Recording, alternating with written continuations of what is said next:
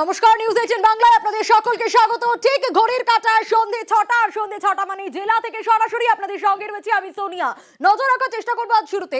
আপনাদের মনে একটা প্রশ্ন ঘোরাফেরা করছে, কখনো বৃষ্টি কখনো গরম, বর্ষা কবে আসবে রাজ্যে? আর মাত্র 3 থেকে 4 দিনের অপেক্ষা, তারপরেই বর্ষা আসবে। কারণ আজ কেরলে প্রবেশ করেছে মৌসুমী বায়ু। তাই আর কিছু মুহূর্তের অপেক্ষা, কয়েক দিনের অপেক্ষা বলা ভালো, তারপরেই বর্ষা রাজ্যে ঢুকবে। এবং 3 থেকে 4 দিন সময়সীমা উত্তরের পাহ পড়েছে। কারণ বন্ধু রেমালের হাত ধরেই একেবারে কেরলে তো ঢুকেছেই বর্ষা, দেশের বেশিরভাগ অংশে যে বর্ষা ঢুকে গেছে কেরলের বেশিরভাগ অংশে, এবং কর্ণাটক, তামিলনাড়ু সহ দক্ষিণ ভারতের বেশ কিছু রাজ্যে বর্ষা ঢুকে গেছে। অন্যদিকে উত্তর পূর্ব ভারতে, যেখানে কেরলের থেকেও 3-4 দিন পরে বর্ষা ঢোকে, সেই 5ই জুন বর্ষা ঢোকার কথা উত্তর পূর্ব ভারতের রাজ্যগুলিতে, সেখানেও কিছু অংশে ঢুকে গেছে এই দক্ষিণ পশ্চিম মৌসুমি বায়ু। আর তার ফলেই আবহাওয়াবিদরা অনুমান করছেন যে আর 3-4 দিনের মধ্যে উত্তরবঙ্গেও বর্ষা প্রবেশের অনুকূল পরিবেশ তৈরি হয়ে যাবে। অর্থাৎ 2 তারিখ, জুন মাসের 2 তারিখের মধ্যে বর্ষা ঢুকে যেতে পারে উত্তরবঙ্গে। সেক্ষেত্রে 7 বা 8ই জুন যেখানে নির্ধারিত সময়, তার থেকে অন্তত 4-5 দিন আগে এই বর্ষা ঢুকে যাচ্ছে উত্তরবঙ্গের ক্ষেত্রে। জুনের শুরুতেই বর্ষা চলে আসবে আমাদের রাজ্যে। বেশ, আবহাওয়া দপ্তর কি বলেছে এই নিয়ে একটু শোনাই।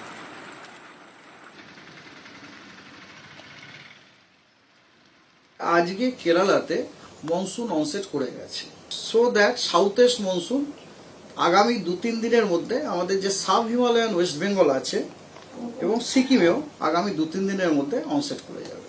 আর আমাদের যে গাঙ্গেয় পশ্চিমবঙ্গে দুর্যোগের ছবিটা আমরা দেখেছিলাম, কিন্তু তারপর দফায় দফায় উত্তরের জেলায় জেলায় বৃষ্টি। দেখুন, এক একটা ছবি আপনাদের দেখাচ্ছি কিভাবে ঝড়ের জেরে গাছ উপড়ে গিয়েছে, রাস্তা বন্ধ হয়ে গিয়েছে। আর যে পরিস্থিতি তৈরি হয়েছে, স্বাভাবিকভাবে সেখানকার মানুষজন যারা এই এলাকার বাসিন্দা, শিলিগুড়ির ছবিটা আপনাদের দেখাচ্ছি, সেখানকার মানুষজনেরই তো বিপত্তিটা আসল। বিভিন্ন প্রান্তের ছবি আমরা আপনাদের দেখাচ্ছি ইতিমধ্যেই। আর যত বৃষ্টি হচ্ছে, স্বাভাবিকভাবেই তিস্তা ফুঁসছে, সেই ছবিটাও আপনারা দেখছেন। আর এই তিস্তা ফুঁসছে যেহেতু, সেক্ষেত্রে চিন্তা তো বাড়বেই। আপনাদের দেখাচ্ছি ইতিমধ্যেই আমরা যে ছবি আপনারা দেখছেন, মালবাজারের ছবি আপনাদের দেখাচ্ছি। ক্রমশ যত বৃষ্টি হচ্ছে, স্বাভাবিকভাবেই জলস্তর বাড়ছে।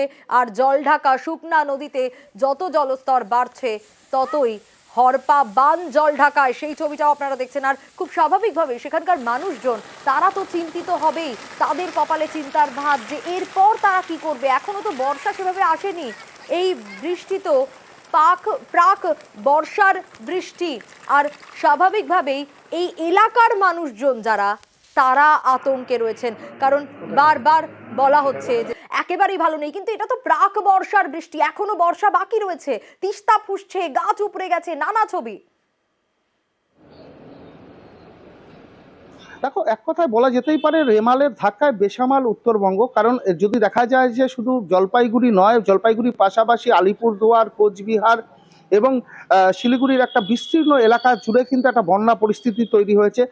তিস্তা নদী যেভাবে ফুলে ফেঁপে উঠেছে, পাশাপাশি তোরসা নদীরও একাধিক জায়গায় কিন্তু জলবদ্ধতার সমস্যা দেখা দিয়েছে। তোরসা নদীও কিন্তু ফুলে ফেঁপে উঠেছে। তার ফলে কিন্তু একটি জায়গায় দেখা যাচ্ছে যে সেতু ভেঙে গেছে। অন্যদিকে দিনহাটাতে যেরকম দেখা যাচ্ছে যে একটা জলবন্দী সমস্যা তৈরি হয়েছে, মাথা ভাঙ্গাতে একই রকম সমস্যা, বাজ পড়ে যুবকের মৃত্যুর ঘটনা ঘটেছে। আলিপুরদুয়ারেও জলবন্দী সমস্যা হয়েছে অতিরিক্ত ভারী বৃষ্টির ফলে। কিন্তু জলপাইগুড়ি এবং সংলগ্ন আলিপুরদুয়ার এবং কোচবিহার জেলাতেও কিন্তু ভারী বৃষ্টির সম্ভাবনা রয়েছে। অর্থাৎ এই সম্ভাবনার কথা মাথায় রেখেই কিন্তু রীতিমতন উদ্বিগ্ন জেলা প্রশাসনও। সেচ দপ্তর থেকে উত্তরবঙ্গ উত্তর পূর্বের যিনি সেচ দপ্তরের আধিকারিক রয়েছেন, তিনি যেটা জানাচ্ছেন যে সমস্ত পরিস্থিতির উপর নজর রাখা হচ্ছে। 4 জেলার কন্ট্রোল রুম আগামী 1 তারিখ থেকে চালু করা হচ্ছে। কালকের থেকে কিন্তু কথাতেই স্পষ্ট যে এই বিষয়গুলো রোখার জন্য প্রশাসন সদা তৎপর, যথেষ্ট তৎপর তারা। আর এরই মধ্যে আরো একটা ছবি আপনাদের দেখাবো। সে ছবি আপনারা দেখছেন, একদিকে তো ঝড়ের ছবি দেখছিলেন, কিন্তু তিস্তার ছবি। যত জল বাড়ছে, চরে আটকে গিয়েছে দলছুট হাতি। আর নদীতে জল বাড়ার কারণেই পারাপার করতে স্বাভাবিকভাবেই সমস্যার সম্মুখীন হতে হচ্ছে কিন্তু তাদেরকেও।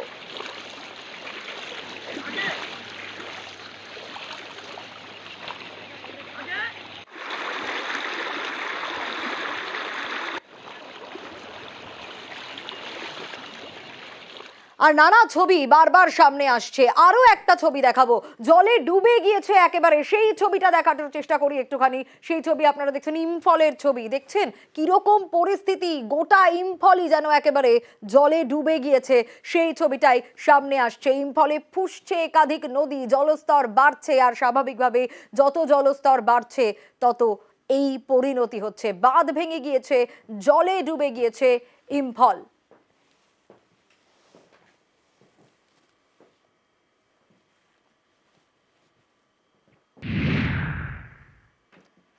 কিন্তু উত্তরে তো দুর্যোগের ছবিটা সামনে আসছে, আর দক্ষিণবঙ্গে একই।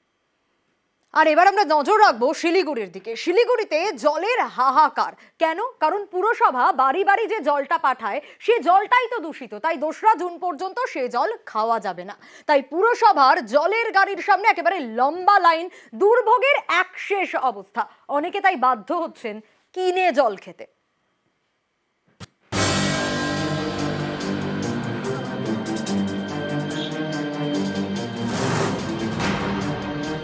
পুরসভা বাড়ি বাড়ি যে জল পাঠায় সেটাই দূষিত। 2রা জুন পর্যন্ত এই জল খাওয়া যাবে না। বুধবার খোদ শিলিগুড়ির মেয়র কথা জানিয়েছেন।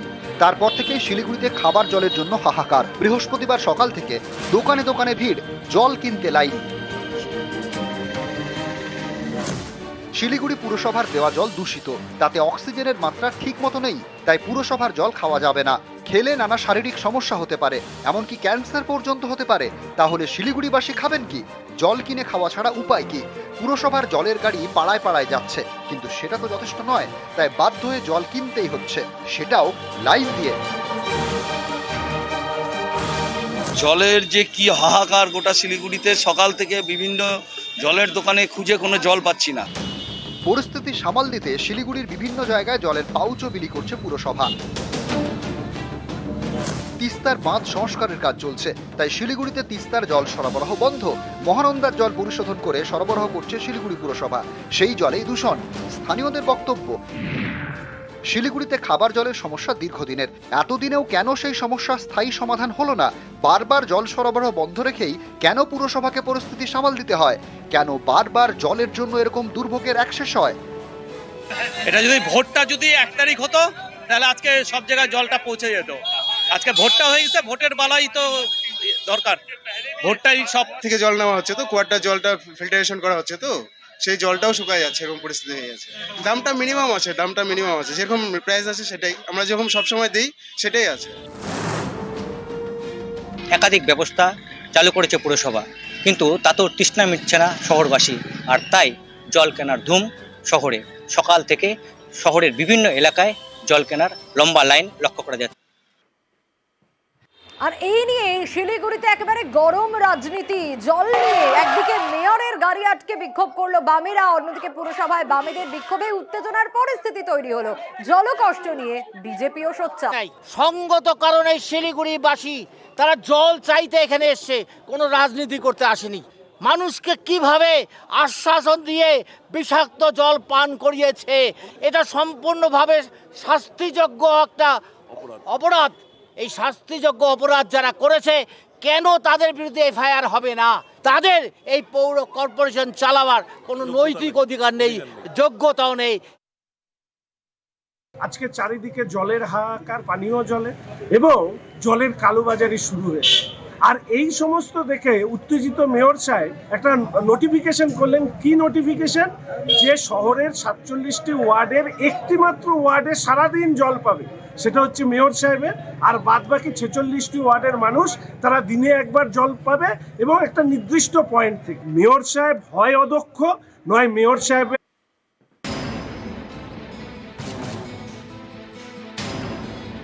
কথায় আছে ভ্যালো করি মাখো তেল। পুরুলিয়ায় এখন ভ্যালো করি খাও জল। পুরুলিয়ার রাস্তায় রাস্তায় এখন জলের ফেরি।